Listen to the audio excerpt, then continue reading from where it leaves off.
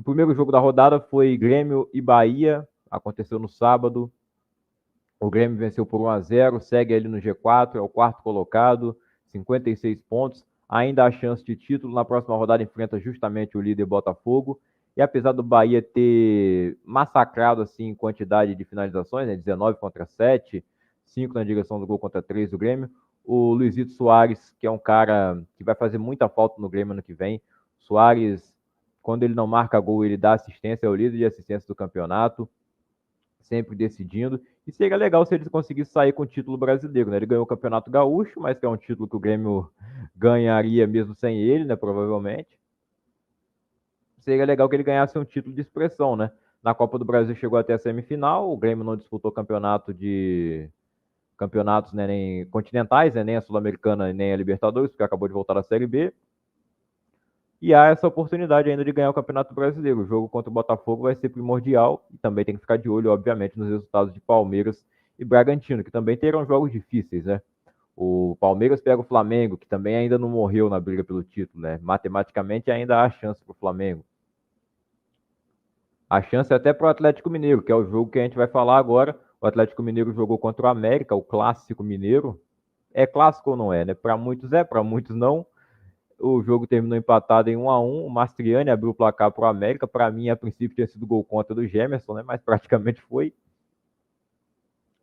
O Gemerson que tinha feito gol contra o Cruzeiro, né? Esse realmente foi gol contra confirmado dele, na vitória do Cruzeiro por 1-0 na Arena MRV. E aí o Mastriani, que está fazendo uma temporada incrível com a América, né? Foi o artilheiro da Sul-Americana, o artilheiro da América na temporada. Se não fosse a defesa tão ruim, o América provavelmente não estaria na zona, porque é um time que do meio para frente joga bem, marca muitos gols, mas a defesa sofre demais. E é óbvio que eles deixaram a vitória escapar. Na reta final, aos 35 minutos, tomaram um gol de empate, gol marcado pelo Paulinho, que agora é artilheiro do campeonato, junto com o Tiquinho Soares, 16 gols para cada um. O Hulk foi expulso do lado do Atlético. Antes disso, o Alexandre Dia tinha sido expulso pelo lado do América e o Hulk reclamou demais, né? Inclusive disse que mais 2 meses aí que ele vai aguentar e vai embora porque ele já não suporta mais o Brasil ou o futebol brasileiro, né? Ele ainda tem contrato com o Atlético Mineiro, acho que até o fim do ano que vem. Então vamos ver se ele vai cumprir a palavra dele e vai embora mesmo, ou se ele vai cumprir o contrato com o Atlético, né? Que seria o ideal. Enfim, o Atlético ainda tem chance também, matematicamente, de título, mas qual é o problema do Atlético? É justamente esses jogos aqui, contra times mais fracos, como o América, como o Cruzeiro. Você vê as vitórias que o Atlético teve contra o Bragantino, contra o Palmeiras, segundo colocado, terceiro colocado. Venceu o próprio Botafogo também, que é o líder, né?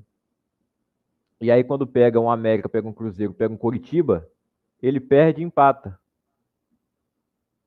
Então não dá para ser campeão desse jeito, né?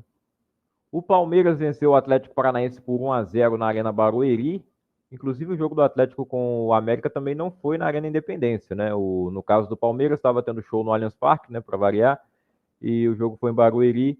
O Hendrick marcou o gol da vitória do Palmeiras e isso levou ele a ser convocado para a seleção, né? Depois da grande atuação que ele teve na quarta-feira passada contra o Botafogo, marcando 2 gols, fazendo a jogada ali do terceiro, né? Não é uma assistência dele, mas o cruzamento acaba gerando o gol ali do Flaco Lopes, né?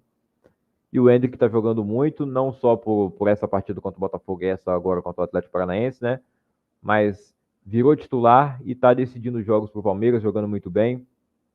E tudo isso com apenas 17 anos, né? Para vocês verem que só porque ele não estava sendo titular, o que também era responsabilidade do Abel Ferreira, muitos já davam ele como um cara que não ia vingar. Então tem que ter paciência e o Hendrick está jogando muito. E se o Palmeiras ganhar o título, vai se dever muito a ele, né? Porque aquela virada contra o Botafogo foi essencial, né?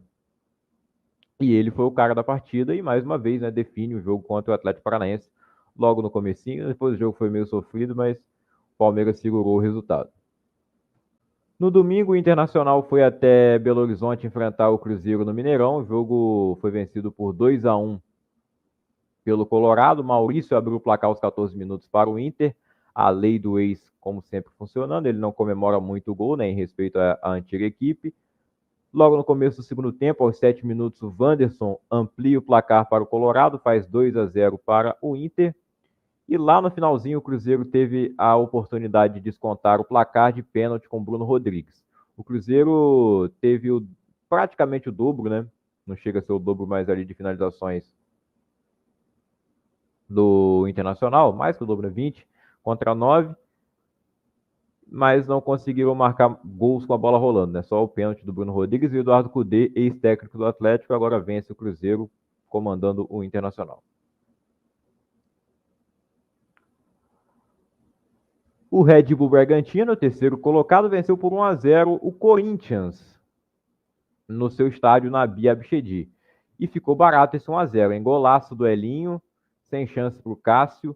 E a linda jogada que ele fez, a finalização também foi perfeita. E como eu falei, ficou barato, 19 chutes, 6 na direção do gol. O Cássio também salvou bastante, se não fosse ele, né? Seria um vexame, uma derrota maior. Não chega a ser um vexame, porque a derrota já era esperada. O Bragantino era muito favorito nesse jogo, venceu também lá em Itaquera no primeiro turno por 1-0, e agora era mais favorito ainda, né? Pelo que ele está disputando o título, enquanto o Corinthians está disputando a fuga do rebaixamento, né? A situação não mudou do primeiro turno para cá. E agora, tipo assim, é comprovado que o Bragantino está brigando pelo título e que o Corinthians lutando para não cair, né? No primeiro turno as coisas poderiam mudar ainda, mas não mudaram. Só mudou o treinador do Corinthians, né? Que na época ainda era o Luxemburgo. O Flamengo venceu o Fortaleza no Castelão por 2-0. O Pedro abriu o placar no finzinho do primeiro tempo. Antes disso, quase teve a lei do ex com o Marinho, mas o Rossi evitou, né? Fazendo uma defesa ali, evitando o gol do ex-jogador do Flamengo. E aí, no finzinho do primeiro tempo, o Flamengo abre o placar com o Pedro. Uma bela jogada, o Tite testando aí uma nova formação, né? Com a dobra de laterais. O Felipe Luiz começou o jogo na lateral esquerda, mas aí depois o Ayrton Lucas entra, né, e fica com dois laterais esquerdos que acabam participando da jogada dos dois gols, né? E aí temos o Pedro marcando o primeiro, o Luiz Araújo marcando o segundo, são jogadas até um pouco parecidas. 2-0 então para o Flamengo. Fortaleza, depois da derrota na Sul-Americana, não venceu mais, né? São 2 derrotas consecutivas. E uma para o Atlético, né? E agora em casa para o Flamengo, o que mantém os dois times, né, vivos na briga pelo título e afasta um pouco Fortaleza da sua classificação para a Libertadores. Ainda dá, claro, ele está ali na 9ª posição, mas fica um pouco mais difícil. Confronto da zona de rebaixamento, Coritiba e Goiás. O Goiás venceu por 1-0 o Coxa no Couto Pereira e parecia que o Goiás estava jogando em casa, né? Só deu o Goiás a partida toda. O Coritiba já está praticamente rebaixado. Matematicamente ainda não foi confirmado nem o rebaixamento do Coritiba nem do América, mas futebolisticamente todo mundo já concorda, né? Inclusive os torcedores, que o Coxa e que o América já estão rebaixados e o Goiás está indo pelo mesmo caminho. Na minha opinião, os três já estão rebaixados, só falta uma vaga. No momento, o Cruzeiro que está ocupando ela, que é a 17ª posição. O Goiás ganhou de 1-0, gol do Rafael Guzzo. Segue vivo matematicamente, mas como eu disse, eu acho que não vai conseguir escapar. Mas para mim é admirável a campanha do Goiás, que pelo elenco que tem, estaria pior do que o Coxa e que o América, na opinião da maioria, antes do campeonato começar.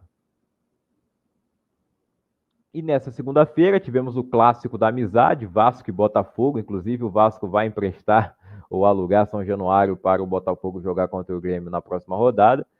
O Vasco hoje venceu por 1-0, gol marcado pelo Paulo Henrique, jamais criticado por mim, né? Eu que venho sempre falando, pô, o Paulo Henrique de lateral titular, eu não tô vendo nada demais nele, né? Ele não agrega muito ofensivamente, defensivamente também. É um pouco melhor que o Pumita, mas eu acho que o Pumita agrega mais no ataque. Dessa vez o Paulo Henrique fez uma partidaça, sem dúvida o melhor em campo, monstro na defesa e certeiro no ataque, né? Fez um golaço, o Maicon também jogando muito na zaga, né? É considerada a assistência dele ali pro gol do Paulo Henrique, que de perna esquerda fez um golaço aos 29 minutos do primeiro tempo, fazendo o gol da vitória do Vasco. O Botafogo, ao todo, finalizou mais vezes do que o Vasco, mas é claro, né? Estava perdendo ali por muito tempo, precisando vencer. Só que o Léo Jardim, por incrível que pareça, não fez nenhuma defesa. Nenhuma. A única vez que ele interviu numa bola que foi na direção do gol foi um cruzamento que ele jogou para escanteio, mas não foi defesa. Ele que é o goleiro com mais defesas difíceis no campeonato, dessa vez não foi necessário para salvar o Vasco. O Botafogo não jogou nada. Reclamaram bastante da arbitragem no primeiro tempo, mas nada que tenha implicado no resultado do jogo, né? O Vasco chegou até a marcar um gol que foi impedido do Gabriel Peck. Teve uma falta na origem da jogada que não foi marcada. E não seria. Mas foi falta no Tietchan. E o Voaden não marca quase nada, né? Ele deixa o jogo correr bastante, pelo menos dessa vez ele deixou. E o gol foi anulado por impedimento, né? A única reclamação plausível do Botafogo, apesar do Lúcio Flávio gritar o jogo inteiro ali, a torcida tá bem na bronca com ele, né? Mas vai ser ele até o fim do campeonato. E vamos ver se o Botafogo vai conseguir ser campeão ou não. O Vasco, com essa vitória, sai da zona de rebaixamento e coloca lá no seu lugar o Cruzeiro, né? O Botafogo segue na liderança, mas tem o Palmeiras com a mesma pontuação e o Bragantino com apenas um ponto a menos e com um jogo a menos, assim como o próprio Botafogo tem. O Bragantino enfrenta o Flamengo e o Botafogo enfrenta o Fortaleza. O último jogo da rodada foi o horroroso Santos e Cuiabá. Um jogo desse às 9 da noite numa segunda-feira é brincadeira, né? 0-0, 4 chutes do Santos, 7 do Cuiabá. O Cuiabá não acertou gol nenhuma vez, o Santos acertou 2, mas nada de perigo. A classificação do Campeonato Brasileiro, então, após 32 rodadas, o Botafogo, que só tem 31 jogos disputados, segue na liderança com 59 pontos. Ele fica à frente do Palmeiras, que tem o mesmo número de pontos, porque o Botafogo tem uma vitória a mais, né? 18 vitórias contra 17 do Palmeiras.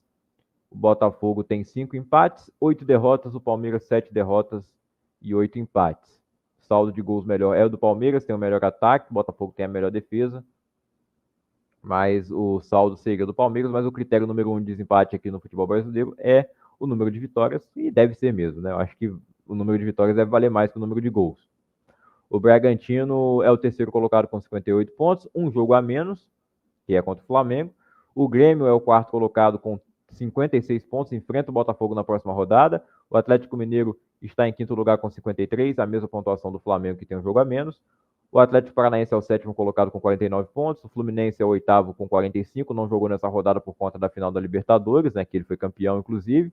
Já está com a vaga garantida na próxima edição da Libertadores, óbvio. E o jogo dele seria contra o São Paulo, né? Por isso não aconteceu no fim de semana, já que o Fluminense estava lá jogando contra o Boca. O Fortaleza é o nono colocado com 42 pontos. O São Paulo também tem 42, está em décimo. O Inter também tem 42. O Cuiabá chegou a 41 com esse empate. O Corinthians segue ali com 40 em 13º lugar. O Santos chegou a 38. O Bahia segue com 37. O Vasco chegou a 37 e saiu da zona. O Cruzeiro tem 37, mas entrou na zona agora, porque o Vasco tem o maior número de vitórias, né? São 10 vitórias, o Cruzeiro tem 9. O Vasco, inclusive, tem mais vitórias que o Corinthians, né? Tem 10 vitórias, o Corinthians tem 9. Só que o Vasco acabou perdendo 12 jogos, o Corinthians só perdeu 10. E ali na zona, completando, né, tem o Goiás com 35 pontos, o Coritiba com 23 e o América com 21.